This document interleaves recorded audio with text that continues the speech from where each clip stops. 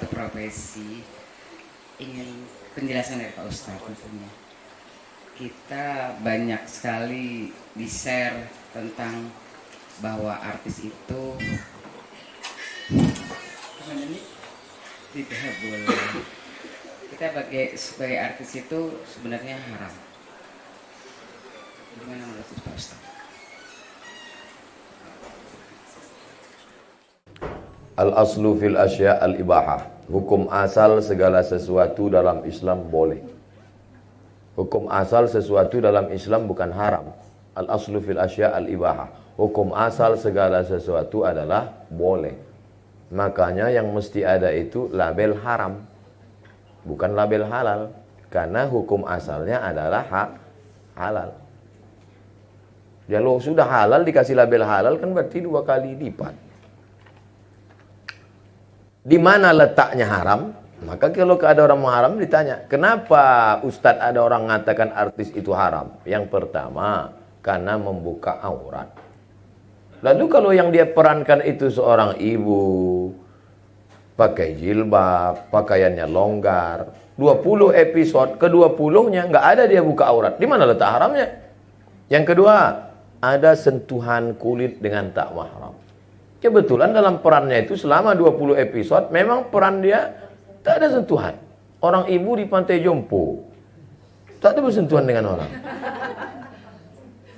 Jadi harus dilihat di mana letak haramnya. Ustadz, itu tari persembahan itu haram. Ada tari persembahan menyambut bupati, menyambut gubernur, kan disambut dengan tari persembahan. Saya tanya letak haramnya di mana? Karena digunakan kata sembah. Oke, kalau gitu nggak usah kita buat tari sembah. Namanya apa? Tari welcome. Menyambut selamat datang. Tetap haram juga Pak Ustadz. Kenapa? Karena yang menari itu anak gadis. Oke, kalau gitu jangan anak gadis. Kita latih anak TK. Anak TK nari kan lucu. Maka bupati, gubernur ketika lihat anak TK, ingat dia anak di rumah. Tapi kalau anak gadis, lupa dia bini di rumah.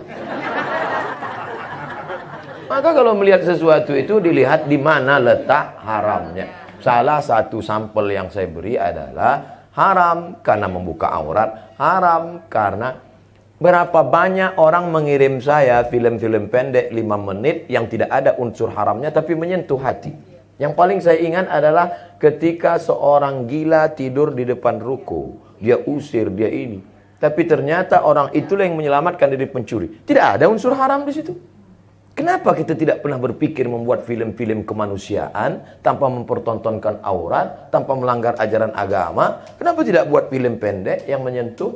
Satu lagi film dari Cina, itu Thailand, yang film Cina pernah. Seorang direktur perempuan numpang di mobil karyawannya, mobil biasa. Akhirnya di tengah jalan, preman-preman orang kaya ngamuk. Disangka ini perempuan biasa, dia telepon. Rupanya dia atasan, datang helikopter, akhirnya ketakutan. Nggak ada tuh buka aurat. Padahal bukan negara Islam. Kenapa kita tidak pernah berkarya dengan karya tanpa merusak ajaran agama kita, tapi yang kita sentuh adalah hati orang. Mudah-mudahan dengan ibu-ibu artis, kawan sahabat artis, berhijrah, tahajud, beribadah, Allah berikan ilham. Kita menyebutnya ilham, tapi kita menyebutnya good idea. Tiba-tiba muncul ide-ide kreatif untuk membuat penulis cerita, untuk membuat, sehingga nanti akan keluarlah film-film pendek. Mungkin tidak difilmkan di bioskop, tapi justru viewernya lebih banyak daripada bioskop. Berjuta-juta. Film agama Ustadz sekarang paling tinggi ditonton 800.000 orang. Film agama paling tinggi 800. Dilan 6 juta. Tidak ada agama. Tapi film-film pendek coba lihat, ditonton berapa? Sekian juta, sekian juta. Artinya apa? Tidak ditonton di bioskop, no problem. Tapi ditonton orang di YouTube, di FB, di Instagram. Buat video-video pendek yang lebih menyentuh. Insya Allah, saya berharap penulis-penulis, artis-artis tetap berkarya. Hijrah tidak membuat berhenti dari berkarya. Berkaryanya sebelum hijrah filmnya buat na'udzubillah dosa, setelah berhijrah justru filmnya mengingatkan orang pada kebaikan-kebaikan insyaallah. Amin.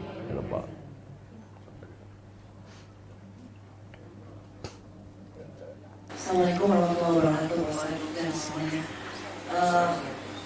Waktu zaman jahiliyah lah istilahnya, kita kan belum berhijab gitu. Terus kita ada diri kita di YouTube dengan sepertinya dosa jariah gitu. Bagaimana ya Ustaz untuk mengantisipasi dosa-dosa itu agar tidak terus-terusan, sedangkan kita minta ke ibu juga bisa tidak terus dan sebagainya. Satu, keduanya ada yang bilang bahwa belum yakin, orang-orang bilang bahwa maulid itu adalah dipahami gitu. Kemudian saya kebetulan memang punya grup sholawat tidak misalnya, tapi pakai musik gitu, belum pakai hadroh. Itu hukumnya gimana? Assalamualaikum warahmatullahi wabarakatuh. Tangan ini dulu membunuh orang paling mulia. Yang bicara namanya laki-laki berkulit hitam, Wahsy. Wahsy budak hamba sahaya yang dijanjikan dapat duit merdeka kalau bisa membunuh Hamzah. Maka dia bunuh Hamzah. Kata Wahsy, tangan ini dulu waktu jahiliyah sangat hina karena membunuh orang paling mulia, Sayyidus Syuhada, perang Uhud tahun ketiga. Bagaimana dia cara menebusnya? Tangan yang bergelimang dosa itu juga dia pakai untuk membunuh nabi palsu bernama Musailamah Al-Kadzab di kampung Yamamah pada masa pemerintahan Abu Bakar Siddiq. Tangan yang sama. Begitu juga wajah yang sama, action yang sama, merubah film-film yang lama menjadi film baru yang bernuansa hijrah, mengingatkan orang. Maka insya Allah ada sentuhan-sentuhan di situ yang mengingatkan kepada penonton, tolonglah hapus, buang file-file yang lama yang kalian simpan. Apakah dengan pesan lagu? Tidak mesti ceramah, tidak mesti artis lalu ceramah, Assalamualaikum hai seluruh Indonesia, kalian delete semua filmku ya gitu. Dengan bahasa dia, dengan bahasa tubuh atau dengan bahasa kiasan atau dengan supaya, dan saya yakin orang yang sudah ngaji melihat itu, oh kasihan kita delete. La yukallifullahu nafsan illa wus'aha. Allah tidak akan membebani orang lebih dari kemampuannya. Mudah-mudahan illa man taba, siapa yang taubat, wa amana, beriman dengan iman yang benar, wa amila amalan salihah, beramal saleh. Kalau tiga ini dia lakukan, ulaika, mereka itu yubaddilullahu sayyiatihim hasanat. Semua perbuatan dosa mereka dulu bukan diampuni Allah, diganti Allah dengan pahala-pahala kebaikan. Mudah-mudahan ibu, bapak termasuk yang diganti dengan pahala kebaikan. Dua, masalah maulid itu bid'ah. Yang jawab bukan Abdul Somad, Al-Hafiz Ibnu Hajar Al-Asqalani. Kalau disebut Al-Hafiz berarti hafalan hadisnya 300.000 hadis. Kemarin pada tanggal 10 Muharram, ibu puasa apa enggak? Puasa. Namanya puasa Asyura. Kenapa puasa Asyura? Karena hari itu Allah menyelamatkan Musa. Padahal Allah menyelamatkan Musa satu kali, tapi diulang bertahun-tahun. Apa hubungannya dengan maulid? Kalau selamatnya Musa boleh disyukuri, maka adakah nikmat yang lebih besar daripada selamatnya Musa? Ada. Apa dia? Lahirnya Muhammad sallallahu alaihi wasallam. Buka itu nama kitabnya Al-Hawi lil Fatawi. Maulid boleh. Yang ngomong siapa? Al-Hafiz, hafal hadis 300.000 hadis. Ada ulama hafal hadis 300.000 hadis mengatakan maulid boleh. Ada ustadz hafal 3 hadis kalau laptopnya hidup. Al-ilmu fil laptop. Tiba-tiba membid'ahkan maulid. Saya nggak maksa ibu bapak ikut saya, tapi saya cuman mau ngasih tahu saya ikut Al-Hafiz Ibnu Hajar Al-Asqalani. Bapak ibu mau ikut ustadz laptop 3 hadis terserah. Ada lagi nggak Pak Ustadz? Imam Jalaluddin Abdurrahman As-Suyuti, hafalan hadisnya 200.000 hadis, kitabnya 500. Kata dia maulid itu sarana mengingatkan kita pada Nabi, boleh kalau cukup 5 syarat. Pertama, baca maulid sejarah Nabi. Yang kedua, ada tausiah. Yang ketiga, ada baca Quran. Yang keempat, ada tawasobil haq, tawasobil sob, silaturahim. Yang kelima, ada makan makanan. Karena dulu mereka buat maulid itu bersedekah memotong kambing 3.000 ekor, memotong sapi 1 ekor, penuh jalanan, dan piring manisan-manisan. Maka kalau dianggap hari ini kita buat maulid, cukup sudah syaratnya. Ada mengenang Nabi, ada tausiah, ada silaturahim, dan ada makanan-makanan. Masya Allah. Maka dari tadi saya tidak melihat ke sana, takut hilang bahan konsentrasi. 3, tentang masalah musik. Buka nama kitabnya Fiqhul Musiqa wal Aghani, fikih musik. Nama penulisnya Syekh Yusuf Al-Qaradawi.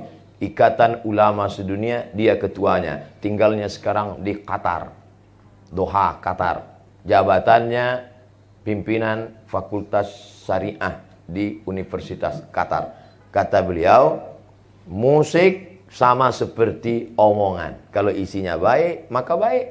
Tapi kalau isinya tidak baik, maka tak baik. Musik, gitar, biola, saksofon, akordeon, keyboard, isinya baik. Solawat, doa untuk nikah, niatkan pada Allah, mengingat mati. Bagus, terus berkarya. Tapi saya dibully terus Pak Ustadz. Bully membuli ini kan cuma dua. Kalau kita capek, dia terus. Kalau dia capek, kita terus. Maka kita terus, jangan berhenti. Gitu aja kok capek. Wallahu a'lam bishawab. Baik. Apa hukum orang baca Yasin tahlil untuk orang mati? Baca Yasin untuk orang meninggal, pahalanya dibacakan untuk almarhum. Sampai apa enggak sampai? Emang pernah ada reportnya? Nabi lewat di makam, Nabi ambil pelepah korma, Nabi tusukkan ke makam. Kata sahabat, untuk apa menusukkan pelepah korma di makam? Kata Nabi, ini pelepah korma bertasbih. Tasbihnya sampai pada orang mati. Kata Imam An-Nawawi, meninggal tahun 676. Nama kitabnya Al-Minhaj Syarah Sahih Muslim Ibn Al-Hajjaj. Kalau tasbih pelepah korma saja sampai pada orang mati, apalagi bacaan Quran orang beriman. Tasbih pelepah korma aja sampai. Jadi kalau ada orang mengatakan bacaan Yasin Abdul Somad nggak sampai, berarti dia menghina saya lebih hina dari pelepah korma. 2. Baca kitab judulnya Ar-Ruh. Terjemah bahasa Indonesia, Roh. Penerbit Pustaka Al-Kausar, Jakarta. Penulis Ibnu Qayyim Al-Jauziyah. Ketika anak Umar bin Khattab, namanya Abdullah bin Umar bin Khattab, meninggal, dia pesan, nanti kalau aku mati, bacakan pada bagian kepalaku awal Al-Baqarah 5 ayat, alif lam mim sampai wa ulaika humul muflihun. Pada bagian kakiku bacakan 3 ayat ujung Al-Baqarah yang selalu kita baca, lillahi ma fis samawati wa ma fil ard. Itu menunjukkan bacaan Quran sampai untuk orang mati. Saya sudah sebutkan dalilnya. Kalau nggak percaya juga, tolong kasih saya nama lengkap. Nanti kalau mati saya kirim. Kalau nggak sampai, cepat-cepat kasih kabar. Tahlil, la ilaha illallah, la ilaha illallah, la ilaha illallah. Itu arti tahlil. Habis itu, ya Allah sampaikanlah tahlil kami kepada orang meninggal. Apa kata Imam Ibnu Taimiyah? Namanya Ibnu Taimiyah. Nama kitabnya Majmu' Fatawa. Man halala sab'ina marratan. Siapa yang bertahlil 70 kali. Summa ahda sawabahu lil mayyit. Kemudian dikirimkan hadiah pahalanya ke mayat. Intafa'a bihi. Pahalanya sampai. Kurang apa lagi? Ustaz marah nih? Enggak, memang begitu gayanya. Apa syarat kita boleh menjamak sholat? Jamak qashar, zuhur 2, asar 2, syaratnya harus safar, musafir. Jarak musafirnya berapa? 89 km. Kalau payah ngingat 89, ingat aja Wali Songo 90. Cici loro telu papat 5 6 7 8 Songo 9 90. Boleh qashar. Adapun jamak, ini jamak zuhur tetap 4, asar tetap 4, maghrib tetap 3, isya tetap 3 pada saat kondisi darurat tingkat tinggi. Kakak kita kemo. Tidak ada musafir karena rumah dekat samping rumah sakit. Kemo dari jam 8 pagi sampai jam 8 malam. Gimana sholat maghrib dengan sholat isyaknya? Jamak tapi nggak pakai qashar. Gimana sholat zuhur dan sholat asarnya? Qadha. Karena kalau kan bisa sholat gini Pak Ustadz, orang kemo nggak bisa, bergeser dikit kabelnya terbakar, urat-urat. Maka dia berapa jam? Mudah-mudahan saudara kita yang kemo sehat. Saya ulang sekali lagi, kalau dia qashar mesti ada safar, mesti ada musafir. Tapi kalau tidak, darurat tingkat tinggi, maka boleh jamak tapi enggak qashar. Tapi daruratnya tingkat tinggi, dokter operasi 5 jam. Dari start jam 12 saat jam 11 selesai. Nah, itu jamak takhir. Karena 11 belum masuk waktu zuhur. Nanti selesai operasi, asarnya 4, zuhurnya 4. Jamak tidak pakai qasar. Karena kalau dia tinggalkan pasien mati.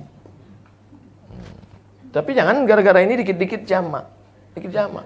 Ente kok jamak sih? Kondangan. Arisan jamak, kondangan jamak. Baik. Kalau kita menjamak sholat, mana yang harus kita dulukan?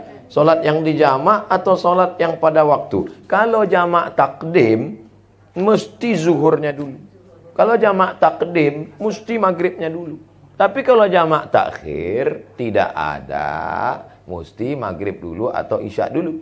Jamak takhir, sholat zuhur dilaksanakan di waktu asar. Kalau ada imam yang buat zuhur dulu, berarti dia menjaga urutan, karena lebih dulu zuhur baru asar. Kalau dia buat asar dulu, melihat waktunya, karena zuhur numpang di waktu asar.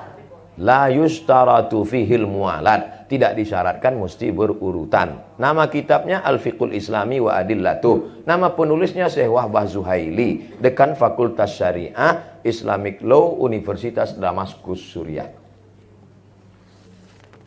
Tapi kalau jadi imam sholat maghrib jamak takhir, makmum mesti dikasih tahu. Makmum, ini kita maghrib dulu. Kalau enggak nanti imam 3, makmum yang isya. Mesti kasih tahu makmumnya. Kalau sebelum berdoa kita baca ila hadratin Nabi Al-Fatihah. Boleh apa enggak Pak Ustaz? Ila hadratin Nabi artinya saya kirim Fatihah ini untuk Nabi. Tidak kita baca pun tetap sampai ke Nabi. Enggak pun kita baca, tetap sampai ke Nabi. Kenapa? Mandalla ala khairin falahu mislu ajri fa'ilihi. Siapa menunjukkan kebaikan, dia dapat pahalanya automatically. Lalu kenapa kita ucapkan ila hadratin Nabi? Sama seperti Bapak. Tidak pun dikatakannya I love you full. Dia tetap cinta sama ibu. Tapi kadang ibu nggak percaya.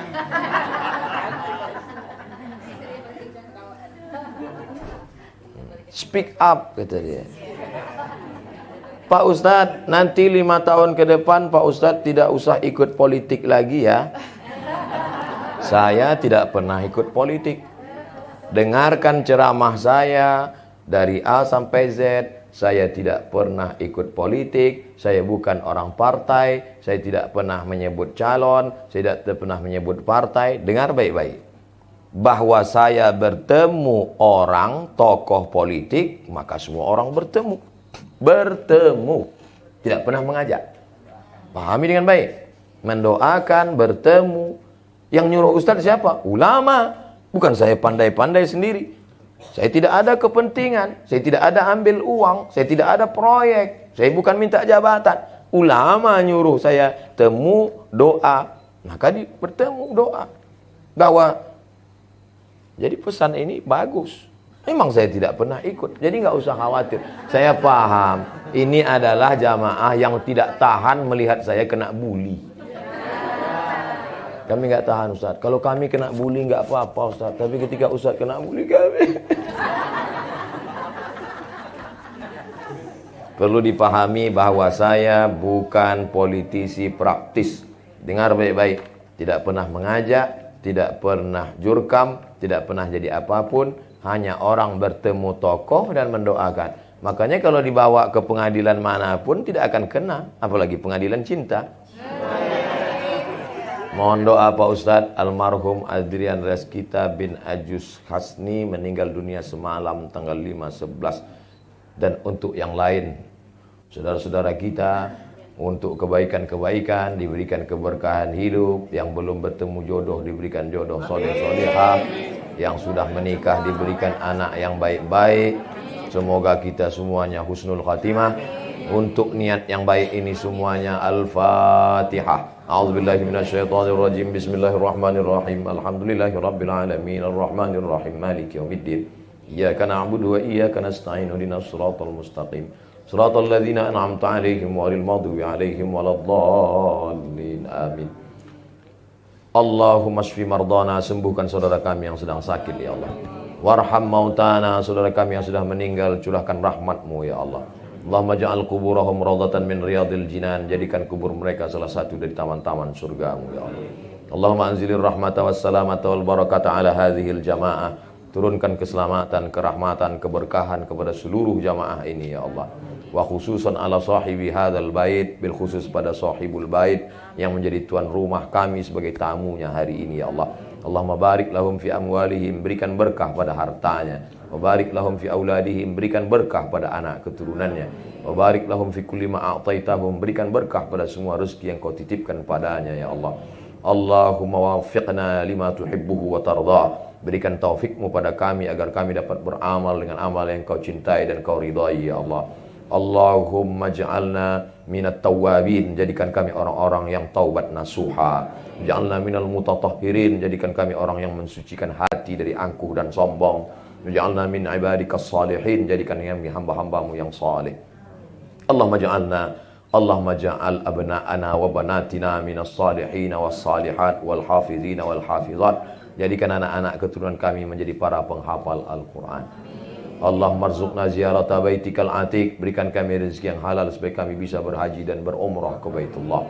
Allahumma ja'al akhir kalamina inda intihai ajalina, jadikan akhir kalam kami ketika ajal kami sampai kalimat yang keluar dari mulut kami, la ilaha illallah Muhammadur Rasulullah sallallahu alaihi wasallam. Rabbana atina fid dunya hasanah wa fil akhirati hasanah wa qina adzabannar. Wa sallallahu ala sayyidina wa syafi'ina wa maulana Muhammad wa ala alihi wa sahbihi wasallam walhamdulillahi rabbil alamin. Terima kasih segala perhatian. Mohon maaf segala kesilapan dan kekhilafan. Kita berpisah zahirnya tapi tak pernah berpisah karena kita tetap disatukan dalam doa.